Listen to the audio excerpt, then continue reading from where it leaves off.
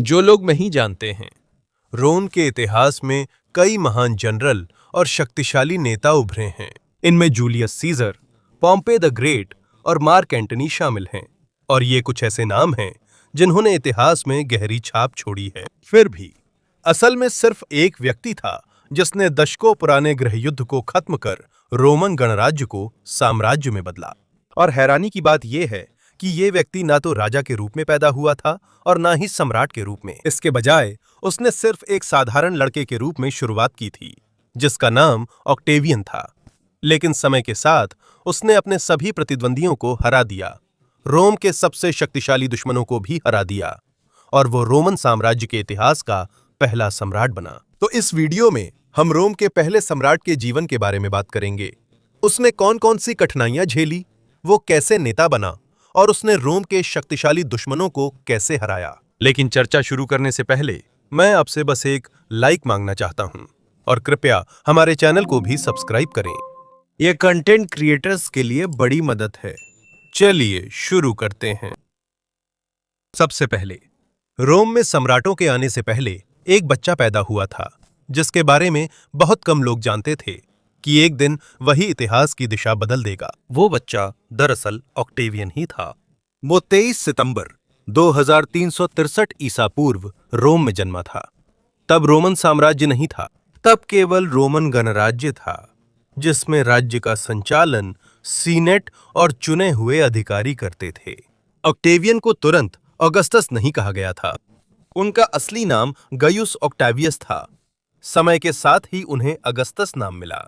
यह एक उपाधि थी जो उन्हें तब दी गई जब वे रोम के सबसे शक्तिशाली व्यक्ति बन गए। उनका परिवार रोम के सबसे पुराने अभिजात्यों में नहीं था, फिर भी वे राजनीति और सैन्य सेवा में प्रसिद्ध थे। कई पीढ़ियों तक उनके वंश ने गणराज्य की सेवा की, जिससे वे धीरे धीरे समाज में ऊपर उठे। उनके पिता, जिनका नाम भी गयुस ऑक्टेवियस था, एक सम्मानित अधिकारी थे। इस बीच उनकी मां अत्या भी रोम के एक महत्वपूर्ण परिवार से थीं, लेकिन उनकी मां का एक अहम रिश्ता इतिहास के सबसे प्रसिद्ध व्यक्ति जूलियस सीजर से था। ऑक्टावियन जूलियस सीजर का रिश्तेदार था। इसका मतलब है वो रोम के सबसे शक्तिशाली राजनेता और जनरल में से एक के रिश्तेदार हैं। अब जब ऑक्टेवियन अभी छोटा था, रोम शहर बहुत तेजी से बढ़ रहा था। लोगों की संख्या बढ़ रही थी, भीड़ बढ़ने लगी थी और कई अमीर परिवार अब शहर के बाहर अपनी जमीनों पर रहना पसंद करने लगे थे। ऑक्टेवियन का परिवार भी इसमें था, इसलिए वह रोम के दक्षिण के बेलिट्री कस्बे में बड़ा हुआ। लेकिन उसका बचपन आसान नहीं था। जब वो लगभग 4 साल का था, उसके पिता का निधन हो गया। ये उनके परिवार के लिए एक बड़ा झटका था। कुछ समय बाद उसकी मां ने दोबारा शादी कर ली, लेकिन ऑक्टेवियन अपने नए सौतेले पिता के ज्यादा करीब नहीं था। इसी कारण उसकी दादी जूलिया उसकी देखभाल करती थीं और उसने प्रसिद्ध रिश्तेदार जूलियस सीजर के प्रभाव को और अच्छी तरह समझा। कहा जाता है कि ऑक्टेवियन अपनी दादी के करीब था। उनकी मृत्यु 50 से 51 ईसा पूर्व में होने पर ऑक्टेवियन ने मात्र 11-12 वर्ष की उम्र में अंतिम संस्कार में भाषण दिया। कई रोमनों के लिए एक बच्चे का इतने बड़े जनसमूह के सामने बोलना असामान्य बात थी। इससे साबित हुआ कि वह बचपन से आत्मविश्वासी और नेतृत्व क्षमता वाला था। ऑक्टेवियन के बड़े होने पर रोम की हालत और खराब हुई। गणराज्य बाहर से शक्तिशाली दिखता था क्योंकि उसने भूमध्य सागर के बड़े हिस्से पर कब्जा कर लिया था और अपने पुराने प्रतिद्वंदी कार्थेज को हरा दिया था। उसने स्पेन, ग्रीस और अन्य कई क्षेत्रों के बड़े हिस्से पर कब्जा कर लिया था। इसी वजह से रोम की शक्ति लगातार बढ़ती जा रही थी। लेकिन इन सारी सफलताओं के पीछे एक बड़ी समस्या थी। जैसे जैसे साम्राज्य बढ़ रहा था, वैसे वैसे सेनाओं का नेतृत्व करने वाले सेनापति भी और शक्तिशाली होते जा रहे थे। धीरे धीरे सैनिक और उनके नेता खुद सरकार से भी ज्यादा शक्तिशाली बनने लगे। इसी वजह से भीषण सत्ता संघर्ष शुरू हो गया। सत्ता के लिए लड़ाई छिड़ गई। 2 शक्तिशाली सेनापतियों नागायस मारियस और लूसियस कॉर्नेलियस सुला के बीच एक खूनी गृहयुद्ध छिड़ गया। इस युद्ध में सुला जीता और रोम का तानाशाह बना, लेकिन बाद में उसने पद छोड़ दिया। इसलिए कई रोमनों ने सवाल किया कितने समय बाद कोई नया सेनापति पूरे गणराज्य को नियंत्रित करने की कोशिश करेगा। उन्हें नहीं पता था कि सवाल का जवाब जल्द मिल जाएगा, जो 3 पुरुषों में छुपा था, जो प्रमुख बन रहे थे। पूरे रोम में सबसे प्रभावशाली व्यक्तित्व, और वे थे Pompey the Great, Marcus Licinius Crassus और जूलियस सीजर। आने वाले वर्षों में सत्ता के लिए उनकी प्रतिस्पर्धा रोम की किस्मत बदल देगी। इस उथल-पुथल में एक बच्चा ऑक्टेवियन चुपचाप बड़ा हो रहा था, जिसे अब तक ज्यादातर लोग नहीं जानते थे, लेकिन एक दिन वही रोम का पहला सम्राट बनेगा। इसके बावजूद ऑक्टेवियन के बढ़ने के साथ रोम की राजनीति और उलझ रही थी। उस समय गणराज्य के सबसे अमीर लोगों में से एक क्रेसिस था। वह पार्थियनों के खिलाफ एक और युद्ध कर बड़ा सम्मान पाना चाहता था। पार्थियन भी पूर्व का शक्तिशाली साम्राज्य था, लेकिन उसकी योजना सफल नहीं हुई। 53 ईसा पूर्व में रोम की सेना को करहाय की लड़ाई में अपनी सबसे बड़ी हारों में से एक का सामना करना पड़ा। क्रासस मारे गए और उनका अभियान लगभग खत्म हो गई। उनके बाद रोम में प्रभाव के लिए सिर्फ 2 लोग बचे जो आपस में लड़ रहे थे, और वे थे जूलियस सीजर और पोम्पे। जहां पोम्पे रोम में ही रहे, वहीं सीजर उत्तर में विजय अभियान में व्यस्त थे। सिर्फ कुछ ही वर्षों में सीजर ने गॉल के बड़े हिस्से पर कब्जा कर लिया, जो आज के फ्रांस का बड़ा भाग है। इन सफलताओं की वजह से उनकी लोकप्रियता और भी बढ़ गई। उनके सैनिकों की संख्या बढ़ती गई, उनका प्रभाव और भी बड़ा होता गया, और अधिक से अधिक लोग मानने लगे कि वे ही पूरी गणराज्य के सबसे शक्तिशाली व्यक्ति हैं। लेकिन हर कोई इससे खुश नहीं था। कई सीनेटर चिंतित होने लगे। उनके लिए सीजर बहुत ज्यादा ताकतवर होता जा रहा था। उन्हें डर था कि वह रोम पर काबू न पा ले। यहीं से सीजर और पोम्पेई के संबंध खराब होने लगे। धीरे धीरे गणराज्य 2 हिस्सों में बंट गया। कुछ लोग सीजर का समर्थन कर रहे थे और कुछ लोग पोम्पेई और सीनेट का समर्थन कर रहे थे। 50 ईसा पूर्व में तनाव चरम पर पहुंच गया। सीनेट सीजर की शक्ति को कम करना चाहती थी। उन्होंने सेना का नियंत्रण हटाना चाहा, पर उसने मना कर दिया और सैनिकों संग इटली की ओर बढ़ गया। 49 ईसा पूर्व में उसने रूबिकॉन नदी को पार किया। वो एक महत्वपूर्ण सीमा थी। किसी भी रोमन जनरल को अपनी सेना उस सीमा के पार ले जाना मना था। इसलिए जब सीजर ने ऐसा किया तो संदेश साफ था। एक बार फिर गृह युद्ध शुरू हो गया। रोमन फिर से एक दूसरे के खिलाफ लड़ने लगे। पोम्पे और उसके साथी भागने पर मजबूर हो गए। लड़ाई भूमध्य सागर के पूर्वी हिस्से में केंद्रित हो गई। शुरुआत में सीजर को समस्याएं आईं, लेकिन बाद में उसने मुख्य लड़ाइयों में जीत हासिल की।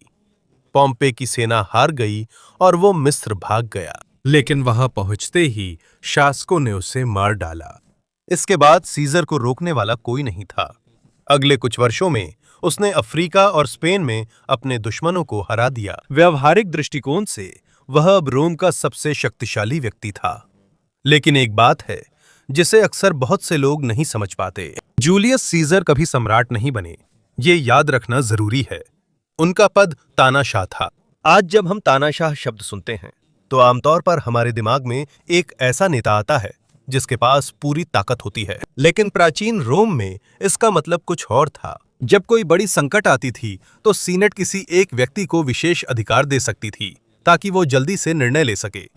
आमतौर पर यह केवल अस्थायी होता था, लेकिन समय के साथ बहुतों ने देखा कि ऐसा लग रहा था कि सीजर अपनी शक्ति छोड़ने का कोई इरादा नहीं रखता, और यहीं से कुछ सेनेटरों की चिंता शुरू हो गई।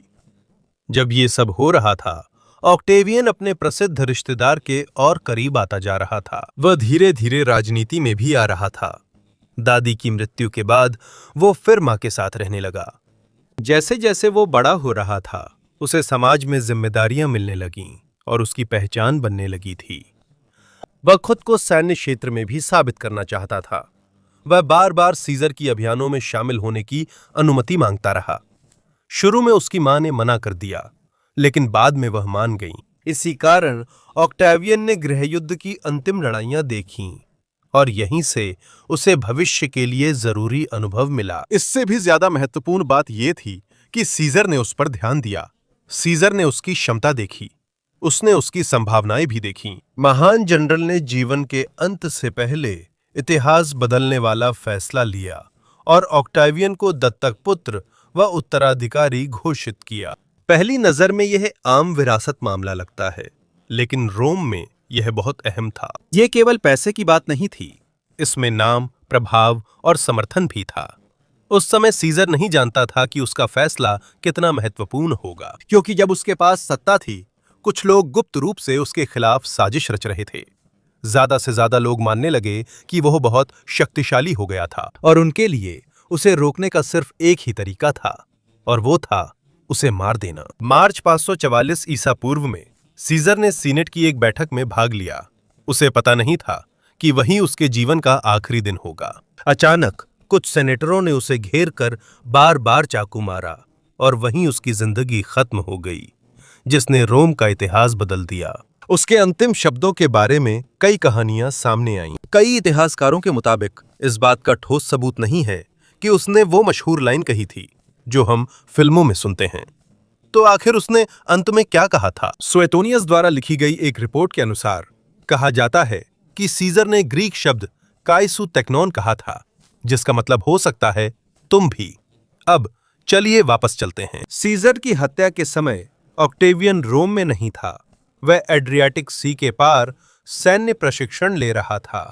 जब उसे सीजर की मृत्यु की खबर मिली, तो वह तुरंत लौट आया। रोम पहुंचने पर उसे पूरी सच्चाई का पता चला।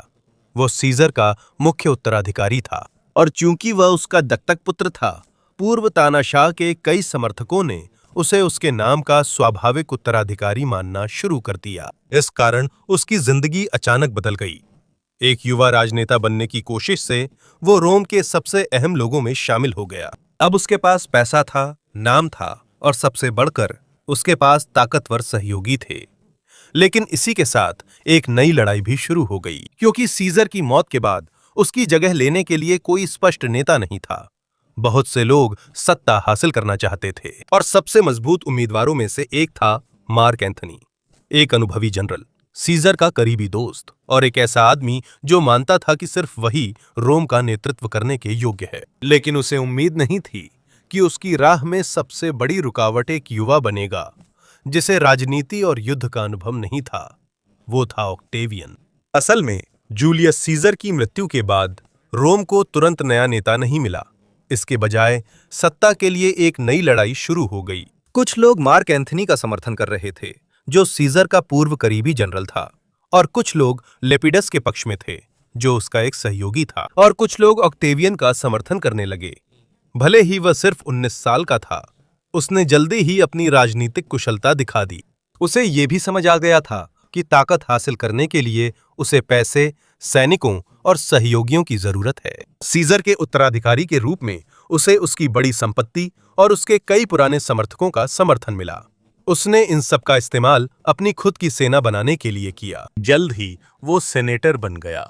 43 ईसा पूर्व के बाद वो अपने सैनिकों के साथ रोम की ओर मार्च करता है, और उसे कौंसल नियुक्त किया गया, जो गणराज्य के सबसे ऊंचे पदों में से एक था। 19 साल की उम्र में वह रोम के सबसे शक्तिशाली लोगों में शामिल हो गया था।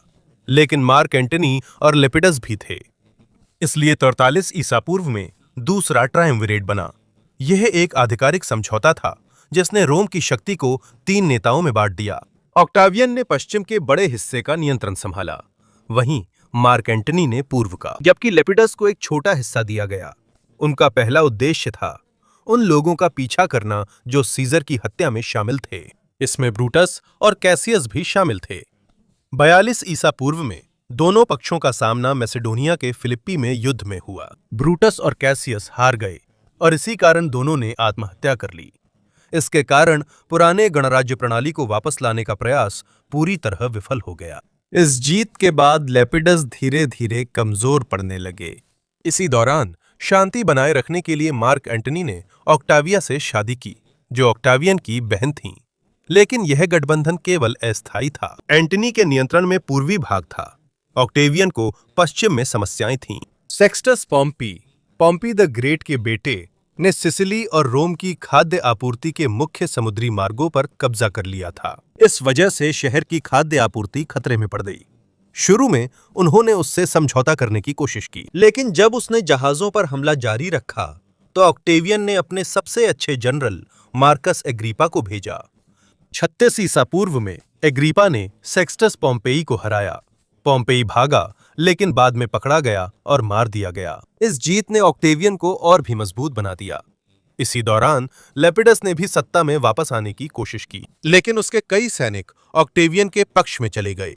इसी कारण उसकी नौकरी चली गई और वह पूरी तरह से राजनीति से बाहर हो गया। इस बिंदु पर अब केवल दो लोग रोम के भविष्य के लिए सच में लड़ रहे थे, ऑक्टेवियन पश्चिम में और मार्क एंथनी पूर्व में। दोनों के पास सेना थी, दोनों के पास धन था, दोनों के पास महत्वाकांक्षा थी, और यह स्पष्ट था कि वे जीवन भर बराबर नहीं रह सकते थे। और यहीं वो लड़ाई धीरे धीरे करीब आ रही थी, जो तय करेगी कि रोम का असली नेता कौन बनेगा। फिर भी जबकि पश्चिम में ऑक्टेवियन लगातार मजबूत हो रहा था, वहीं पूर्व में मार्क एंथनी के साथ इसका उल्टा हो रहा था। इस समय एंथनी मिस्र की रानी क्लियोपेट्रा के बहुत करीब आ गए, जो जूलियस सीजर की पूर्व प्रेमिका थीं।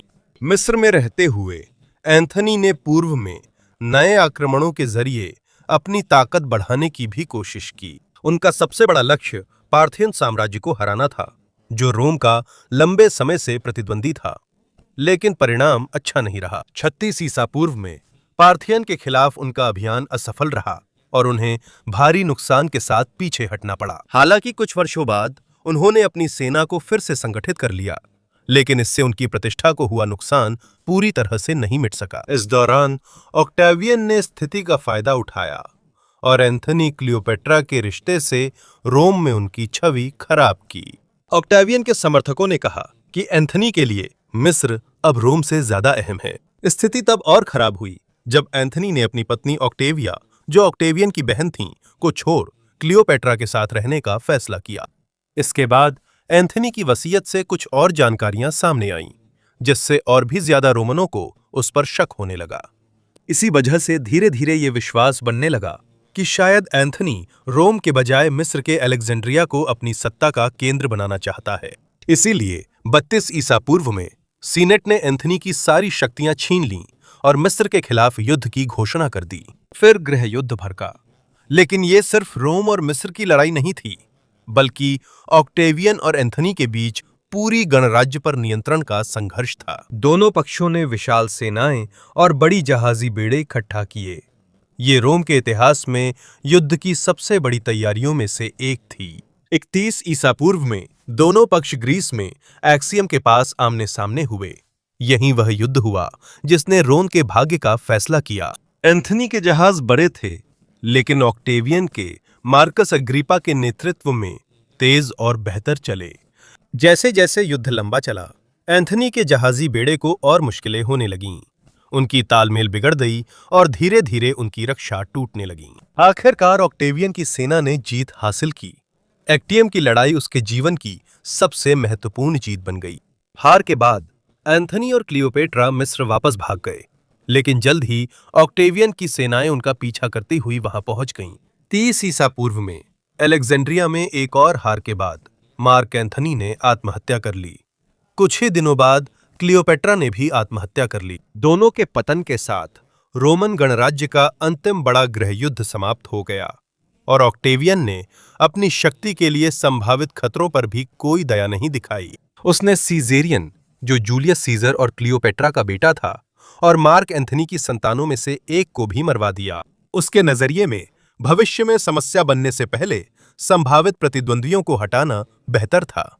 इसके बाद मिस्र पूरी तरह से रोम के अधीन हो गया और कई वर्षों में पहली बार ऑक्टेवियन के पास अब कोई दुश्मन नहीं था।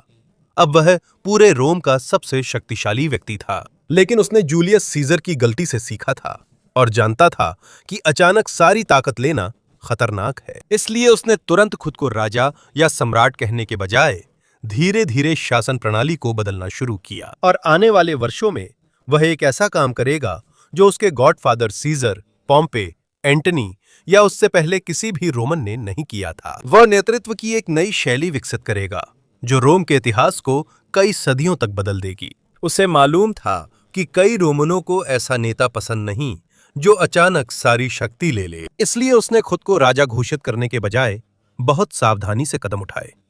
उसने धीरे धीरे सेना, धन और सरकार पर अपना नियंत्रण मजबूत किया, जबकि जनता को यह दिखाता रहा कि वह अब भी सेनेट का सम्मान करता है। कागजों पर तो पुरानी व्यवस्था थी, लेकिन असल में पूरे गणराज्य पर सबसे ज्यादा प्रभाव ऑक्टेवियन का था। 27 ईसा पूर्व में सबसे महत्वपूर्ण बदलाव आया। इसी साल सीनेट ने उसे 2 महत्वपूर्ण उपाधियां दी। पहला था प्रिंसेप्स यानी रोम का पहला नागरिक, दूसरा था ऑगस्टस, एक ऐसा खिताब जो बहुत सम्मान और प्रतिष्ठा दर्शाता है। उसके बाद से उसे सीजर ऑगस्टस के नाम से जाना गया। हालांकि उस समय सम्राट शब्द का आधिकारिक रूप से इस्तेमाल नहीं होता था, जैसा कि हम आज समझते हैं, लेकिन यहीं से वह व्यवस्था शुरू हुई जो बाद में रोमन साम्राज्य बन गई। कई इतिहासकारों के लिए 27 ईसा पूर्व को रोमन साम्राज्य की शुरुआत और रोमन गणराज्य का अंत माना जाता है। शक्ति पक्की होने पर ऑगस्टस ने रोम के अधिकार क्षेत्र का विस्तार और सुदृढ़ीकरण किया। मिस्र को औपचारिक रूप से रोम के नियंत्रण में लाया गया। साथ ही इसके क्षेत्र यूरोप और एशिया माइनर के कई हिस्सों में भी फैले। हिस्पानिया या आज के स्पेन के बड़े हिस्से में उसने रोम का विरोध करने वाली जनजातियों को पूरी तरह हरा दिया। ये महत्वपूर्ण था क्योंकि रोमनों ने वहां बड़ी सोने की खानों की खोज की, जिससे साम्राज्य और समृद्ध हुआ। उसने कूटनीति में महत्वपूर्ण सफलता पाई। 20 ईसा पूर्व में पार्थियन साम्राज्य ने वे झंडे वापस कर दिए जो रोम की सेनाओं ने करहाय में बड़ी हार के बाद खो दिए थे। ये कई दशक पहले की बात थी। कई रोमनों के लिए इन प्रतीकों की वापसी बहुत बड़ा सम्मान था, लेकिन उसका शासन केवल सफलताओं से भरा नहीं था। 23 ईसा पूर्व में ऑगस्टस गंभीर रूप से बीमार पड़ गए। बहुत से लोग मानने लगे कि उनकी मृत्यु निकट है। इस वजह से उन्हें ये सोचने के लिए मजबूर होना पड़ा कि उनके बाद कौन शासन करेगा। हालांकि वे ठीक हो गए, लेकिन उन्हें एहसास हुआ कि एक अधिक स्पष्ट और मजबूत शासन प्रणाली की आवश्यकता है। इसलिए उन्होंने शासन के तरीके में बदलाव किए। अब वे हमेशा सरकार में सबसे ऊंचे पद पर नहीं रहते थे, लेकिन सबसे महत्वपूर्ण शक्ति अब भी उन्हीं के पास थी। इस तरह सीनेट की चिंता कम हो गई, जबकि वे रोम में सबसे शक्तिशाली व्यक्ति बने रहे। सालों के बीतने के साथ उन्होंने सिर्फ सेना और राजनीति को ही नहीं सुधारा, उन्होंने रोम में जीवन के तरीके को भी बदलना शुरू किया। उस समय शहर की आबादी बहुत अधिक हो गई थी, आग लगना आम बात थी, अपराध दर भी ऊंची थी, बहुत सारी बीमारियां और गरीबी भी थी। इसलिए उन्होंने शहर के स्थायी रक्षक और आग बुझाने वाली टीमें बनाई। सीधे शब्दों में कहें तो रोम को एक अधिक संगठित पुलिस बल और फायर सर्विस मिली। उन्होंने प्रेटोरियन गार्ड को मजबूत किया, जो राजधानी और सम्राट की रक्षा के लिए था। पूरे साम्राज्य में उन्होंने प्रशासनिक व्यवस्था सुधारी। कुछ प्रांतों का प्रशासन सीनेट के अधीन था और कुछ प्रांत सीधे सम्राट के प्रतिनिधियों द्वारा शासित किए जाते थे। उन्होंने कर प्रणाली को भी अधिक सुव्यवस्थित किया। पहले रोम की संपत्ति का बड़ा हिस्सा नए अधिग्रहित क्षेत्रों से आता था, लेकिन ऑगस्टस के अधीन भूमि और व्यापार से कर संग्रह अधिक संगठित हो गया। इसके कारण साम्राज्य की आय अधिक स्थिर हो गई। उनकी सबसे महत्वपूर्ण परियोजनाओं में से एक भी साम्राज्य के विभिन्न हिस्सों में सड़कों का निर्माण करवाना। डाक चौकियों की भी एक व्यवस्था बनाई गई, जहां एक स्थान से दूसरे स्थान तक संदेश जल्दी पहुंचाए जा सकते थे। इसी कारण रोम के विशाल क्षेत्र का प्रबंधन करना और भी आसान हो गया। सिर्फ कुछ दशकों में, जब अगस्तुस से पहले एक गणराज्य लंबे समय से गृह युद्धों में डूबा हुआ था, उसने उसे एक अधिक संगठित, अधिक स्थिर और अधिक शक्तिशाली प्रणाली में बदल दिया। और भले ही उसने खुद को आधिकारिक रूप से राजा नहीं कहा, वो अपने बाद आने वाले लगभग सभी सम्राटों के लिए आदर्श बन गया। वो छोटा ऑक्टेवियन, जिसने कभी अपने पिता को खो दिया था और अशांति के समय में बड़ा हुआ, वही सीजर अगस्तुस बना, रोम का पहला सम्राट, और वो व्यक्ति जिसने दुनिया के इतिहास के सबसे महान साम्राज्यों में से एक की नींव रखी। अगस्टस ने केवल राजनीति और सैन्य क्षेत्र में ही अपनी छाप नहीं छोड़ी। उनके शासनकाल के दौरान रोम के इतिहास की कला और साहित्य की सबसे सुंदर अवधियों में से एक भी उभरी। इसी समय प्रसिद्ध लेखक जैसे कि वर्गिल, होरेस, ओविड और लिवी ने लिखा। वर्गिल ने एनीड लिखी, जो रोम की उत्पत्ति के बारे में एक महाकाव्य कहानी है। लिवी ने शहर का एक बहुत ही विस्तृत इतिहास लिखा, इसकी स्थापना से लेकर ऑगस्टस के समय तक। इनमें से कई लेखकों को मैकेनस ने समर्थन दिया, जो ऑगस्टस के सबसे करीबी सहयोगियों में से एक थे। इस वजह से न केवल रोम की संस्कृति का विस्तार हुआ, बल्कि इन रचनाओं ने नए शासन की छवि को मजबूत करने में भी मदद की। ऑगस्टस का प्रभाव सिर्फ किताबों तक ही सीमित नहीं रहा, रोम शहर में भी बहुत बड़ा बदलाव आया। उसने कई इमारतें, मंदिर, स्मारक और सार्वजनिक संरचनाएं बनवाईं। इनमें ऑगस्टस का फोरम और विशाल ऑगस्टस का मकबरा शामिल है, जहां उसके परिवार के कई सदस्यों को दफनाया गया था। साथ ही उसके सहयोगियों ने सार्वजनिक स्नानागार, इमारतें व अन्य परियोजनाएं बनाईं, जिससे राजधानी का स्वरूप बदल गया। जैसे जैसे उसका प्रभाव बढ़ती गई, वैसे वैसे उसके खिताब और अधिकार भी बढ़ते गए। 12 ईसा पूर्व लेपिडस की मृत्यु के बाद ऑगस्टस ने पॉन्टिफेक्स मैक्सिमस का सर्वोच्च धार्मिक पद संभाला। इसके बाद 2 ईसा पूर्व में सीनेट ने उन्हें पाटर पाट्रिये या राष्ट्रपिता का खिताब दिया। लगभग 3 दशकों के शासन के बाद रोम की लगभग सारी महत्वपूर्ण शक्तियां अब उनके हाथ में थीं। लेकिन एक सवाल था जो बहुतों को लगातार परेशान कर रहा था, उनके बाद अगला कौन होगा? ऑगस्टस ने 3 बार शादी की, लेकिन उनकी सिर्फ एक संतान जूलिया थी। उनकी सबसे लंबी शादी लिविया से हुई, लेकिन उनसे संतान नहीं हुई। इसी वजह से वे बार-बार संभावित उत्तराधिकारी की तलाश करते रहे। अलग-अलग समय पर उन्होंने मार्कस अग्रिपा, गयुस सीजर और लूसियस सीजर को अपना उत्तराधिकारी माना, लेकिन वे सभी उनसे पहले ही मर गए। इसलिए उनका ध्यान धीरे-धीरे टाइबेरियस की ओर गया, जो लिविया को उसके पहले पति से हुआ बेटा था। इस दौरान साम्राज्य की सीमाएं भी बदल रही थीं। ऑगस्टस ने रोम का नियंत्रण बाल्कन, यहूदिया, आर्मेनिया और अन्य क्षेत्रों में मजबूत किया। उनके समय में रोम के क्षेत्र लगभग अटलांटिक महासागर से लेकर यूरोप के पूर्वी हिस्से तक आपस में जुड़े हुए थे। इसी के साथ उन्होंने साम्राज्य को अधिक स्थिर और आसानी से शासित बनाने के लिए सेना का आकार घटा दिया। लेकिन एक जगह थी जिसे वो लगातार जीतना चाहते थे, वो थी जर्मानिया। शुरू में इस क्षेत्र में रोमनों का विस्तार तेजी से हुआ, लेकिन 9 ईस्वी में रोम के इतिहास की सबसे बड़ी आपदाओं में से एक घटी। 3 लेगियन चोटोबर्ग जंगल में फंस गईं, जब अर्मीनियस ने विश्वासघात किया और लगभग पूरी सेना नष्ट हो गई। अनुमानित 15,000 से अधिक सैनिक मारे गए। इस हार के बाद रोम ने जर्मानिया को पूरी तरह से जीतने की योजना को हमेशा के लिए छोड़ दिया। इसके बजाय उन्होंने राइन नदी को स्थायी सीमा बना दिया। 19 अगस्त 14 ईस्वी को ऑगस्टस का लगभग 80 वर्ष की आयु में निधन हो गया। 40 से अधिक वर्षों के शासन के बाद उन्होंने एक ऐसा साम्राज्य छोड़ा जो उनके युवावस्था के रोम की तुलना में अधिक संगठित, अधिक समृद्ध और अधिक स्थिर था। टाइबेरियस ने उनके बाद साम्राज्य के शासक के रूप में पद संभाला। आज भी इतिहासकारों की राय ऑगस्टस के बारे में बटी हुई है। कुछ लोगों के लिए वो था जिसने रोमन गणराज्य को नष्ट किया और अत्यधिक शक्ति जमा कर ली, लेकिन दूसरों के लिए वह नेता था जिसने दशकों तक चले गृहयुद्धों का अंत किया और रोम में शांति और व्यवस्था लाई। इसमें कोई संदेह नहीं है। ऑक्टावियन के जन्म के समय रोम अस्त व्यस्त और विभाजित था। ऑगस्टस की मृत्यु तक ये साम्राज्य इतना शक्तिशाली बन चुका था कि कई सदियों तक दुनिया के बड़े हिस्से पर राज करेगा। और यही कारण है कि आज भी उनकी मृत्यु के 2000 से अधिक साल बाद वे दुनिया के इतिहास के सबसे महत्वपूर्ण लोगों में से एक बने हुए हैं।